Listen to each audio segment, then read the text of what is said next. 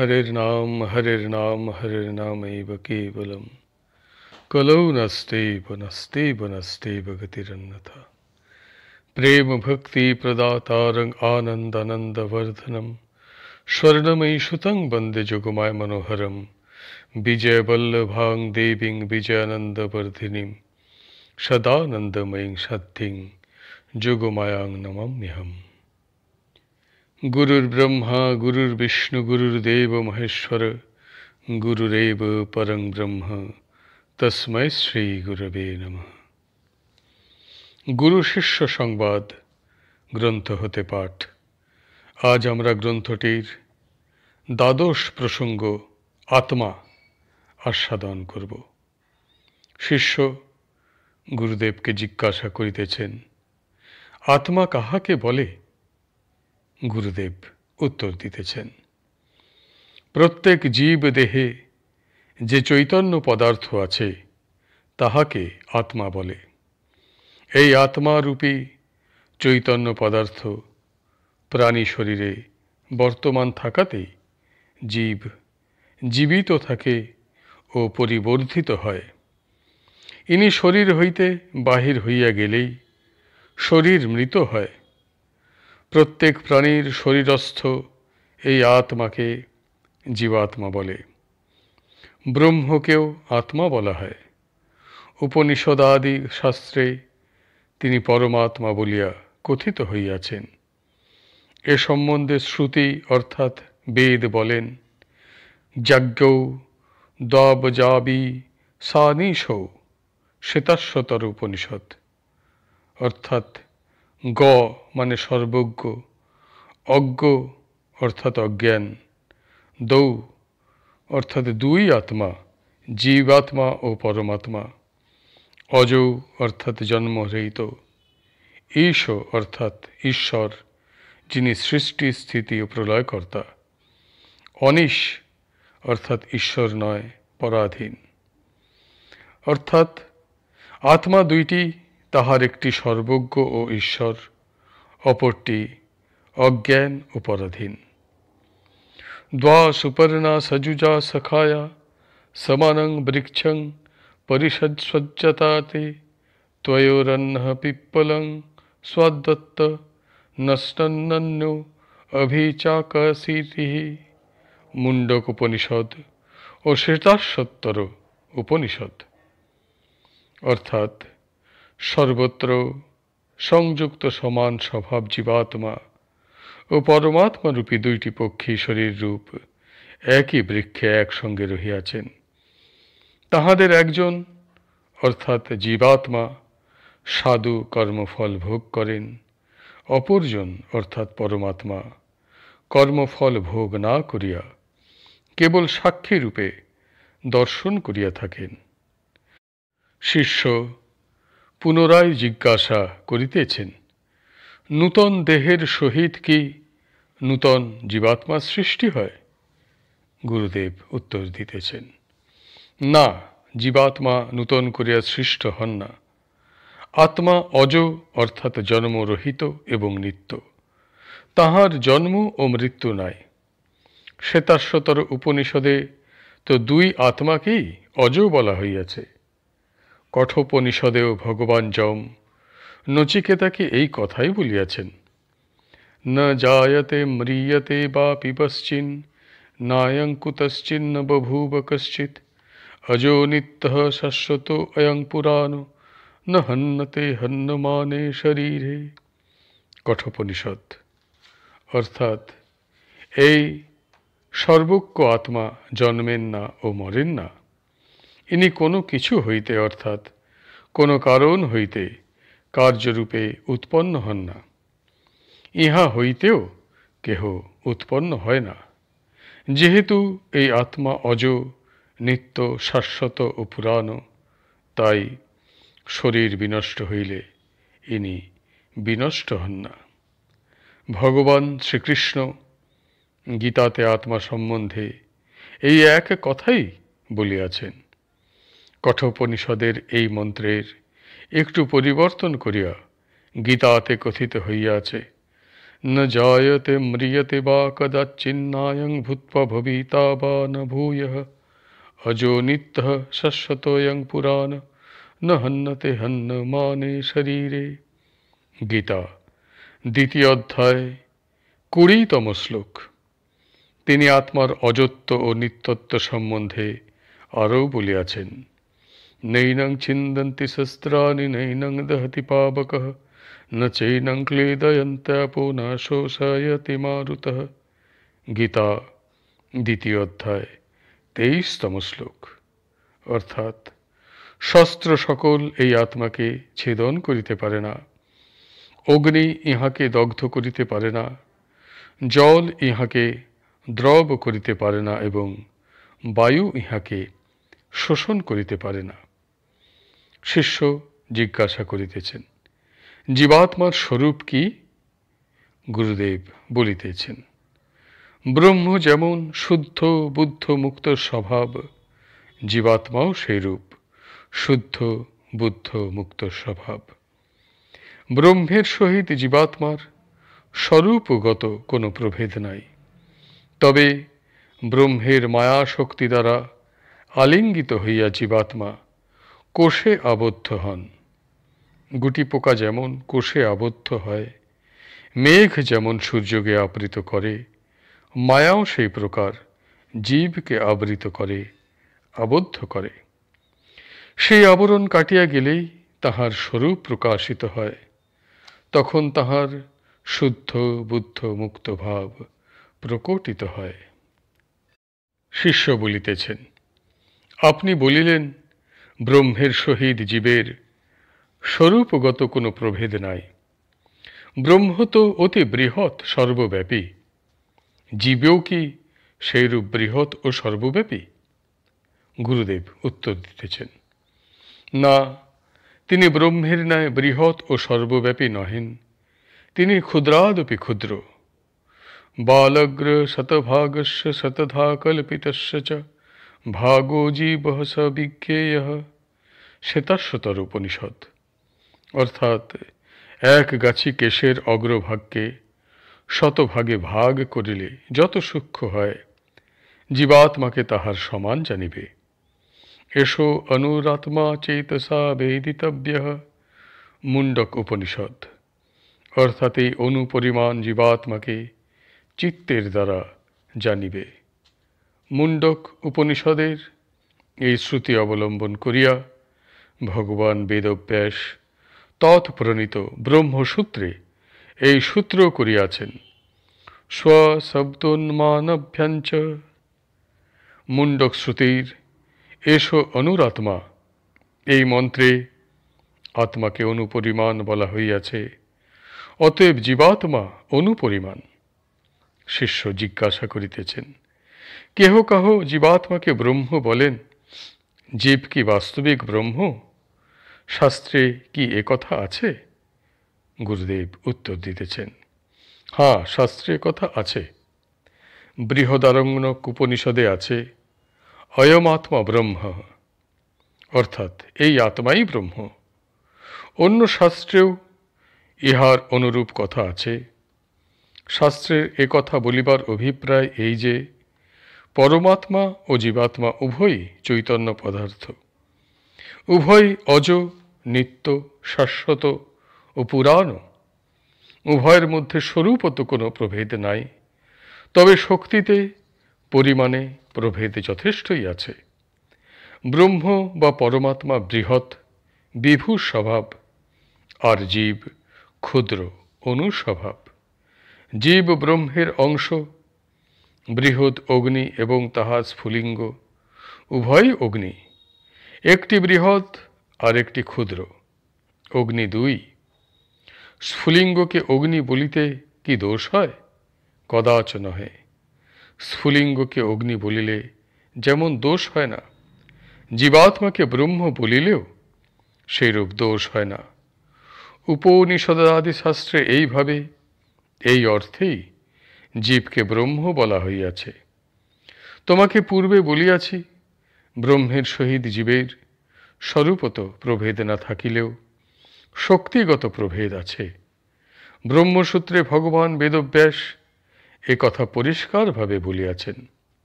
ব্রহ্মসূত্রের 4th অধ্যায়ের 4th পাদে তিনি যে সূত্রের দ্বারা এই কথা প্রমাণ করিয়াছেন তাহা শোনো। জগদ ব্যাপার বর্জং প্রকরণাদ সন্নিহিতাচ্চ ব্রহ্মসূত্র, অর্থাৎ মুক্ত জীবের জগৎ ব্যাপার অর্থাৎ জগতের সৃষ্টি স্থিতি ও সংহার করিবার শক্তি হয় না। মুক্ত জীবের কেবল ভোগ বিষয়ে ব্রহ্মের সহিত সমতা হয়। ভোগমাত্র সাম্য লিঙ্গাচ্চ ব্রহ্মসূত্র, অর্থাৎ ভোগ বিষয়ই কেবল মুক্তাত্মার ব্রহ্মের সহিত সমতা হইয়া থাকে। এ বিষয়ে শ্রুতির প্রমাণ শোনো। সো অশ্নুতে সর্বান কামান সহ ব্রহ্মণা বিপশ্চিতা, তৈত্তিরীয় উপনিষদ।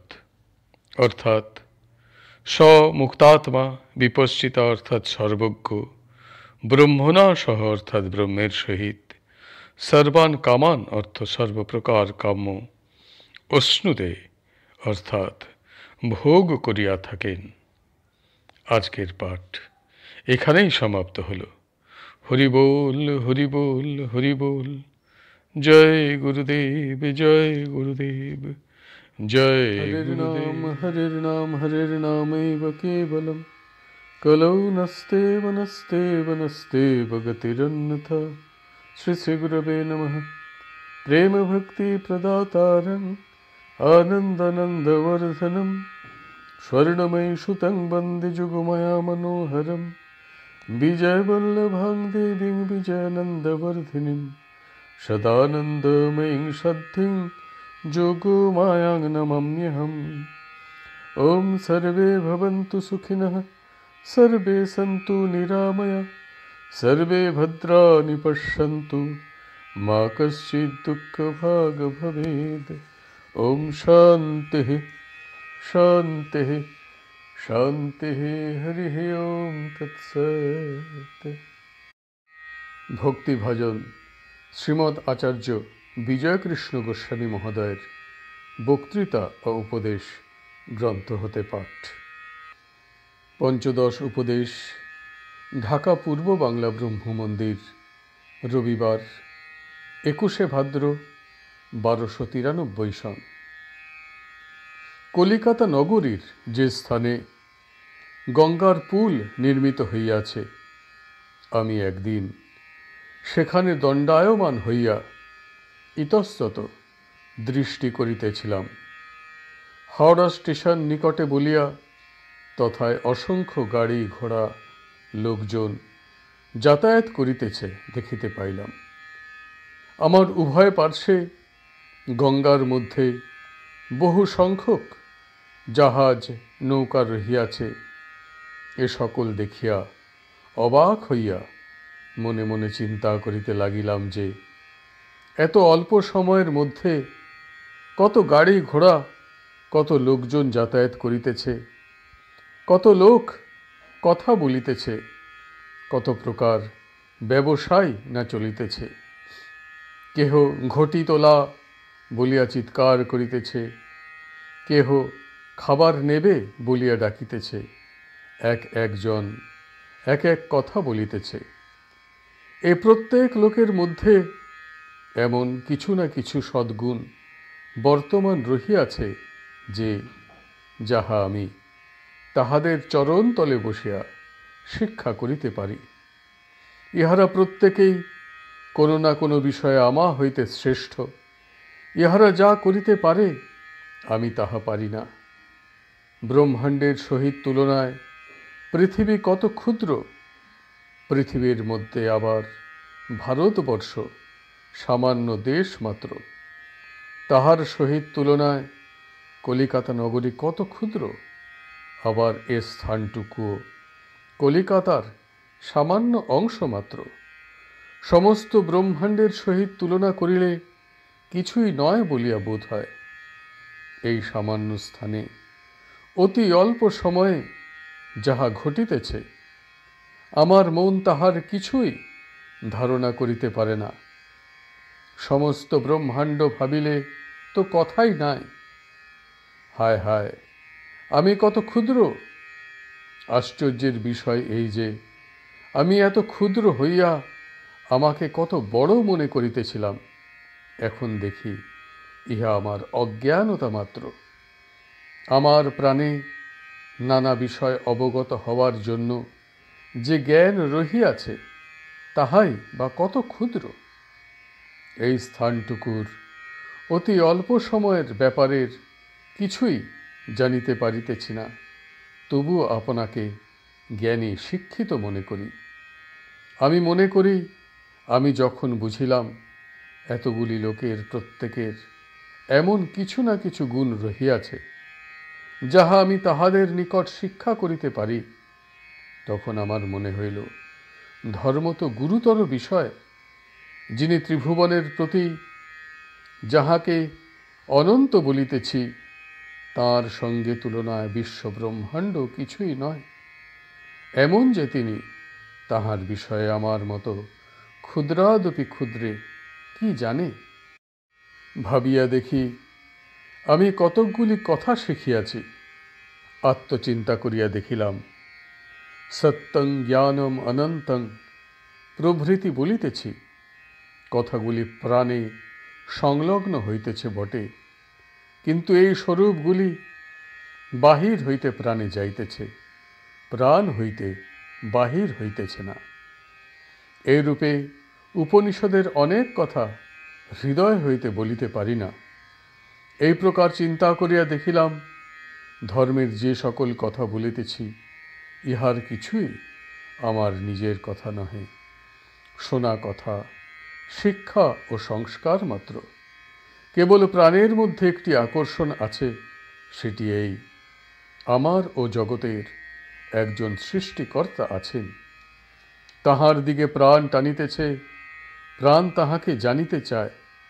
এটি আমি কোথাও শিক্ষা করি নাই। এই আকর্ষণটি আমার হৃদয়ের বস্তু। এই আকর্ষণে পড়িয়াই পৃথিবীর সর্বত্র পরমেশ্বরের পূজা অর্চনা হইতেছে, তাহার নিকট প্রার্থনা উঠিতেছে। এই যে ভগবানের প্রতি আকর্ষণ, ইহা আমার হৃদয় হইতে সংসারের পদার্থ সকলে কাড়িয়া লইয়াছে। আমার হৃদয় যে শূন্য হইয়াছে, তাহা কেবল অহংকারে বুঝিতেই দিতেছে না। সেই দিন হইতে বুঝিলাম আমি অসার, কিছুই নই। সেই দিন বুঝিলাম আমার মতো লোকে আর কি উপদেশ দিবে। কিন্তু প্রাণের কথা লোকের নিকট না বলিয়া থাকিতে পারি না, তাই বলি উপদেশ দিই না। এই কথা উল্লেখ করিলাম কেন না, অনেক সময় ধর্মের কথা বলি, কিন্তু প্রাণে অনুসন্ধান করিয়া দেখি হৃদয় ধর্মের সার হওয়া দূরে থাকুক, অঙ্কুরও জন্মে নাই। পরীক্ষা করিয়া দেখা আবশ্যক যে ধর্মের যে সকল কথা বলিতেছি, যদি কেউ বলে ইহা কি তোমার নিজের কথা, তখন কি বলিতে পারি, হ্যাঁ, ইহা আমি প্রত্যক্ষ করিয়া বলিতেছি। মুখে বলি পরমেশ্বর সর্বব্যাপী, কই কাজের সময় তো সেই ভাব থাকে না। প্রহ্লাদ যেমন বলিয়াছেন, আমার ভগবান এই স্ফটিক স্তম্ভেই রহিয়াছে, তেমন ধারা তো হৃদয়ের সহিত বলিতে পারি না। পরমেশ্বর সত্য দেবতা, তিনি প্রহ্লাদের নিকট প্রকাশিত হইলেন, আমার কাছে হইবেন না কেন? অতি ক্ষুদ্র হইলেও তিনিই আমাকে তাহার দিকে টানিতেছেন। সকলেরই পরীক্ষা করিয়া দেখা আবশ্যক প্রাণে এই আকর্ষণ আছে কিনা। এই আকর্ষণ স্ত্রী, পুত্র, বিভব, বিষয়, যশ, মান, ইহার কোনটির দিকে যাইতেছে? যদি সে চিদানন্দ সত্য সুন্দরের দিকে টান না থাকে, তবে উপদেষ্টা হাজার হাজার ধর্মোপদেশই দিন, কিছুতেই আমাকে ধর্মের দিকে লইয়া যাইতে পারিবেন না। প্রাণে এই টান থাকিলেই রক্ষা। যেমন নদী শুষ্ক হইয়া গেলেও তাহাতে একটুকু স্রোত থাকিলেই একদিন না একদিন উহা সাগরে যাইয়া পড়িবেই পড়িবে। কিন্তু স্রোত যদি একেবারে না থাকে, তবে কালে উহা বদ্ধ বিলে পরিণত হইবে, উহাতে কাদা ও জল জন্মিবে। তেমনি আমার প্রাণ যতই কেন শুষ্ক হোক না, ওই ভগবানের প্রতি আকর্ষণটুকু থাকিলে একদিন না একদিন তাঁর সহিত যুক্ত হইবেই হইবে। ওই আকর্ষণটুকু না থাকিলে প্রাণ ক্রমশই সংকীর্ণ হইতে সংকীর্ণতর হইয়া কেবল দল বাঁধিতে অগ্রসর হইবে। উপাসনা কেবল বাক্যাড়ম্বরে পরিণত হইবে, কর্ম সকল যশলিপ্সার ফল হইয়া দাঁড়াইবে। যদি প্রাণে টান থাকে, তুমি কথা নাই বলো, যদি প্রাণে একবার তাকে ডাকো, দেখিবে তার পরক্ষণেই তোমার ধর্মের গাছটি বাড়িয়াছে। এইরূপে ক্রমশই উহা ফলে ফুলে সুশোভিত হইতে থাকিবে। যদি প্রাণের এই টান না থাকে, তবে তুমি এ ধর্ম সম্প্রদায় যেখানেই যাও না কেন, কোথাও কিছু হইবে না। প্রাণে টান না থাকিলে শেষে পরমেশ্বরের নামে পর্যন্ত প্রাণ সরস হয় না। প্রাণনাথ দীনবন্ধু যত কেন বলো না, উহাতে আরও প্রাণ শুষ্ক হইয়া যায়। যদি প্রাণে টান থাকে, তবে দেখিবে রাস্তায়ও যদি কেউ পরমেশ্বরের নাম করে, তোমার প্রাণ অমনি গলিয়া যাইবে। পরমেশ্বর স্বয়ং মানবের প্রাণে এই আকর্ষণ দিয়াছেন। এই আকর্ষণ অন্য পদার্থে ধাপিত না হইলেই আপনা আপনি তাহার দিকে যাইবে। তখন অন্য পদার্থ সকলও তাহার সহায়তা করিবে। গঙ্গার স্রোত প্রবল বেগে সমুদ্রে গমন করে। সেই গঙ্গার স্রোত যদি সমুদ্রের দিকে না যাইয়া তাহার উপনদী সমূহে প্রবিষ্ট হইত, তবে শীঘ্রই শুষ্ক হইয়া পড়িত। কিন্তু সমুদ্রের দিকে যাওয়াতে উপনদী সমূহের স্রোতে অধিকতর বেগবতী হইয়া চলিতেছে। পর্বতাদি নানা পদার্থ ভেদ করিয়া যাইতেছে। সেইরূপ মানবের প্রাণও যদি পরমেশ্বরের দিকে ধাবিত না হইয়া স্ত্রী পুত্রাদিতে ধাবিত হয়, তখন তাহার প্রাণ শুষ্ক হইয়া পড়ে। কিন্তু যখনই তাহার হৃদয় ভগবানের দিকে চলিতে থাকে, তখন স্ত্রী পুত্র সকল তাহার সহায়তা করিয়া তাহাকে অধিকতর বেগশালী করিয়া তাহার দিকে লইয়া যায়। তখন সে নানা প্রকার বাধা বিঘ্ন অতিক্রম করিয়া তাহার নিকট উপস্থিত হয়। আমরা বাহিরের কিছুতেই ভুলিব না। উপাসনাকালে সুমিষ্ট বাক্য বাহির হইল কিনা, সঙ্গীত ভালো হইল কিনা, এ সকলের অপেক্ষা করিব না। কেবল দেখিব প্রাণে তাহার প্রতি টান রহিয়াছে কিনা। কেননা মৃত্যুর দিনে বাহিরের কিছুতেই আমার সাহায্য করিতে পারিবে না। কেবল আত্মার জিনিসই আমার সহযাত্রী। পরমেশ্বর একই মুখের কথা বলিলে চলে? আমার সত্য দেবতা, তাহাকে কল্পনা করিলে কি প্রাণ পরিতৃপ্ত হয়? কল্পনা করিলাম আহার ও পান হইল, ইহাতে কি ক্ষুধ পিপাসার নিবারণ হইল? সেইরূপ সত্য দেবতাকে কল্পনা করিলে কি লাভ হইবে? যদি আমি তাহাকে প্রত্যক্ষ করিয়া সকলের নিকট বলিতে না পারি, তবে আমার মতো হতভাগ্য আর কে আছে?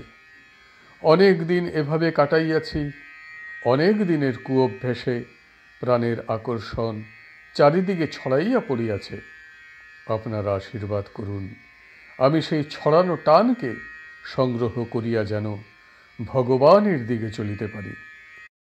আপনারা সকলে স্রোত দিন, আমি বেগশালী হইতে হইতে সমুদ্রের দিকে চলিয়া যাই। আর বৃথা অসারভাবে সময় কাটাইতে পারি না।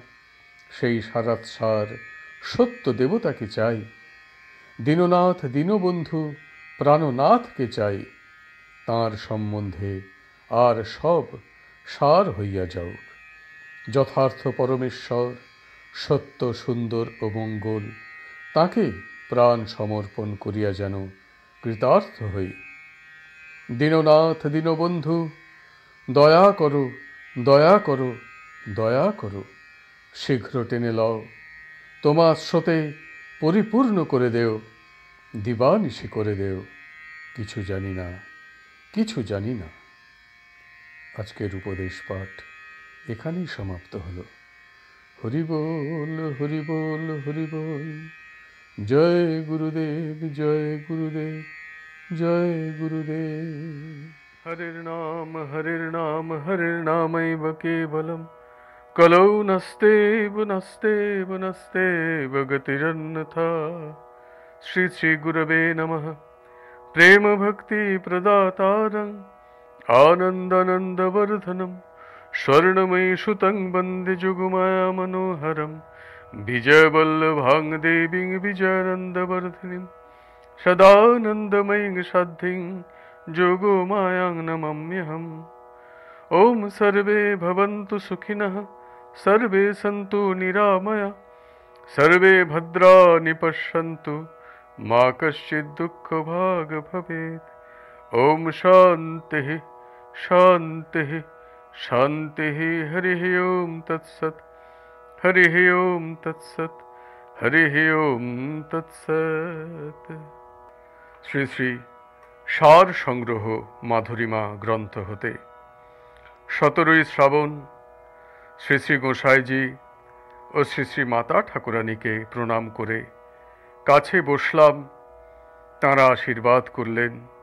শ্রী শ্রী গোসাইজি বললেন, মা, মহাপ্রভু শ্রীকৃষ্ণ চৈতন্য রূপে কলির জীবকে মুক্তির পথ হরিনাম মহামন্ত্র দিয়ে গিয়েছেন। আবার সদ্গুরু রূপে সেই হরিনামে শক্তি সঞ্চার করে জীবকে দান করলেন। আর পূর্ণ ব্রহ্ম শ্রী শ্রী জগন্নাথ রূপে নীলাচলে লীলা করছেন। ভগবান কলিযুগের জীবের জন্য শ্রীক্ষেত্রে আবির্ভাব হয়ে জগতের পরম কল্যাণ সাধিত করেছেন ও করছেন। সেই 5 জন বৈষ্ণব এসে প্রণাম করে বসে বললেন, মা, শ্রবণ করো। বন্দে সৈরাদ্ভূতে অহং তং চৈতন্যং যৎ প্রসাদতঃ জবনঃ সুমনায়ন্তে কৃষ্ণ নাম প্রজল্পকঃ। শ্রী চৈতন্য চরিতামৃত আদি খণ্ড হইতে। অর্থাৎ যাহার প্রসাদে যবনগণ কৃষ্ণ নাম কীর্তন করিতে করিতে শুদ্ধ চিত্ত হয়, যাহার চেষ্টা সম্পূর্ণরূপে স্বেচ্ছাধীন ও অতি অদ্ভুত, আমি সেই শ্রী চৈতন্য প্রভুকে বন্দনা করি। বিদ্যা সৌন্দর্য সদ্বেষ সম্ভোগ নৃত্য কীর্তনৈঃ প্রেম নাম প্রদাস্নৈশ্চ গৌরদিব্যতে যৌবনে। শ্রী চৈতন্য চরিতামৃত আদি খণ্ড হইতে। অর্থাৎ শ্রী গৌরাঙ্গ প্রভু যৌবন সমাগমে বিদ্যা সৌন্দর্য সদ্বেষ সম্ভোগ নৃত্য কীর্তন এবং প্রেম ও কৃষ্ণ নাম প্রদান দ্বারা ক্রীড়া করিতেছেন। সন্তবতারা বহবহ পঙ্কজনাভস্য সর্বতো ভদ্রঃ কৃষ্ণাদন্নঃ কো বালতাস্বপি প্রেমদো ভবতি। লঘু ভাগবতামৃতে পূর্বখণ্ডে ও শ্রী চৈতন্য চরিতামৃত আদি খণ্ড হইতে। অর্থাৎ শ্রীকৃষ্ণের অংশ পদ্মনাভের সর্বমঙ্গলময় বিবিধ অবতার থাকুন, কিন্তু একমাত্র কৃষ্ণ ভিন্ন আর কে আছেন যিনি লতিকাদিগকেও প্রেম প্রদান করিতে পারেন।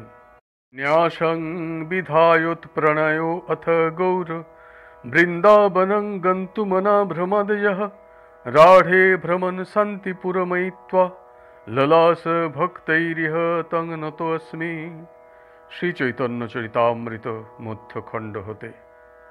অর্থাৎ যিনি সন্ন্যাস আশ্রম স্বীকার করিয়া উৎকট প্রেমের প্রাদুর্ভাব বশত শ্রী বৃন্দাবন গমনের অভিলাষী হইয়া পথ ভ্রান্তি নিবন্ধন রাঢ় প্রদেশে ভ্রমণ করিতে করিতে শান্তিপুরে আগমন পূর্বক ভক্তবৃন্দের সহিত শোভমান হইয়াছিলেন। আমি সেই গৌরাঙ্গ প্রভুকে প্রণাম করি। তাঁরা প্রণাম করে চলে গেলেন। 18ই শ্রাবণ। শ্রী শ্রী গোসাইজি ও শ্রী শ্রী মাতা ঠাকুরানীকে প্রণাম করে কাছে বসলাম। তাঁরা আশীর্বাদ করলেন। সেই বৈষ্ণব 5 জন এসে প্রণাম করে বসে বললেন, মা শ্রবণ করো। অম্বুজমম্বুনি জাতং ক্বচিদপি ন জাতমম্বুজাদম্বু মুরভীদি তদ বিপরীতং পাদম ভোজন মহানদী জাতঃ। শ্রী চৈতন্য চরিতামৃত আদিখণ্ড হইতে। অর্থাৎ জল হইতেই জলজের অর্থাৎ কমলের জন্ম। জলজ হইতে কখনো জলের জন্ম হয় না, কিন্তু মুরারির সকলই বিপরীত। তাহার পাদ পদ্ম হইতেই মহানদী গঙ্গা জন্মগ্রহণ করিয়াছেন। ন মৃষা পরমার্থমেব মে শৃণু বিজ্ঞাপনমেকমগ্রতঃ যদি মে ন দৈষ্যসে তদা দৈন্যস্তব নাথ দুর্লভঃ। গোস্বামী পাদোক্ত শ্লোক ও শ্রী চৈতন্য চরিতামৃত মধ্যখণ্ড হইতে। অর্থাৎ, হে নাথ, সর্বাগ্রে তোমাকে আমার এক বিজ্ঞাপন শ্রবণ করিতে হইবে। এ কথা মিথ্যা নহে, বাস্তবিকই সত্য যে তুমি যদি আমার প্রতি দয়া প্রকাশ না করো, তাহা হইলে তোমার দয়ার পাত্রই দুর্লভ হইয়া পড়িবে। বজ্রাদপি কঠোরাণি মৃদুনি কুসুমাদপি লোকোত্তরাণং চেতাংসি কোহি বিজ্ঞাতুমীশ্বরঃ। বীরচরিত্রস্য উত্তরচরিতে ও শ্রী চৈতন্য চরিতামৃত মধ্যখণ্ড হইতে। অর্থাৎ, অলৌকিক ব্যক্তিগণের চিত্ত বজ্র অপেক্ষাও কঠোর এবং কুসুম অপেক্ষাও কোমল, উহা কে বুঝিতে সমর্থ হয়। নানামতগ্রাহগ্রস্তান দাক্ষিণাত্য জনদ্বীপান কৃপারিণা বিমুচ্চৈতান গৌরশ্চক্রেশ বৈষ্ণবান। শ্রী চৈতন্য চরিতামৃত মধ্যখণ্ড হইতে। অর্থাৎ, শ্রী গৌরচন্দ্র নানামত রূপ কুম্ভীরগ্রস্ত হস্তির মতো দাক্ষিণাত্যবাসী লোকসমূহকে করুণা চক্র দ্বারা বিমুক্ত করিয়া তাহাদিগকে বৈষ্ণব করিয়াছিলেন। তং বন্দে গৌরজলদং স্বস্য যো দর্শনামৃতৈঃ বিচ্ছেদাবগ্রহম্লান ভক্ত শস্যান্ন জীবয়াত। শ্রী চৈতন্য চরিতামৃত মধ্যখণ্ড হইতে। অর্থাৎ, যিনি স্বীয় দর্শনরূপ সুধাবর্ষণ দ্বারা ম্লান ভক্তরূপ শস্যসমূহের জীবন দান করেন, সেই গৌরচন্দ্র রূপ মেঘকে আমি বন্দনা করি। তাঁরা প্রণাম করে চলে গেলেন। 19শে শ্রাবণ। শ্রী শ্রী গোসাইজি ও শ্রী শ্রী মাতা ঠাকুরানীকে প্রণাম করে কাছে বসলাম। তাঁরা আশীর্বাদ করলেন। শ্রী শ্রী গোসাইজি বললেন, মা, জগন্নাথ দেব চরু খেয়ে খুব আনন্দ করছিলেন। তার প্রসাদ তো মহাপ্রসাদ, তার উপর তিনি চেয়ে নিচ্ছেন দুর্লভ জিনিস। সেই বৈষ্ণব 5 জন এসে প্রণাম করে বসে বললেন, মা শ্রবণ করো। কুমনহা সুমনস্ত্বং হি জাতীয়স্য পদাবজয়োঃ সুমন অর্পণ মাত্রেণ তং চৈতন্য প্রভুং ভজে। শ্রী হরিভক্তি বিলাসে ও শ্রী চৈতন্য চরিতামৃত আদিখণ্ড হইতে।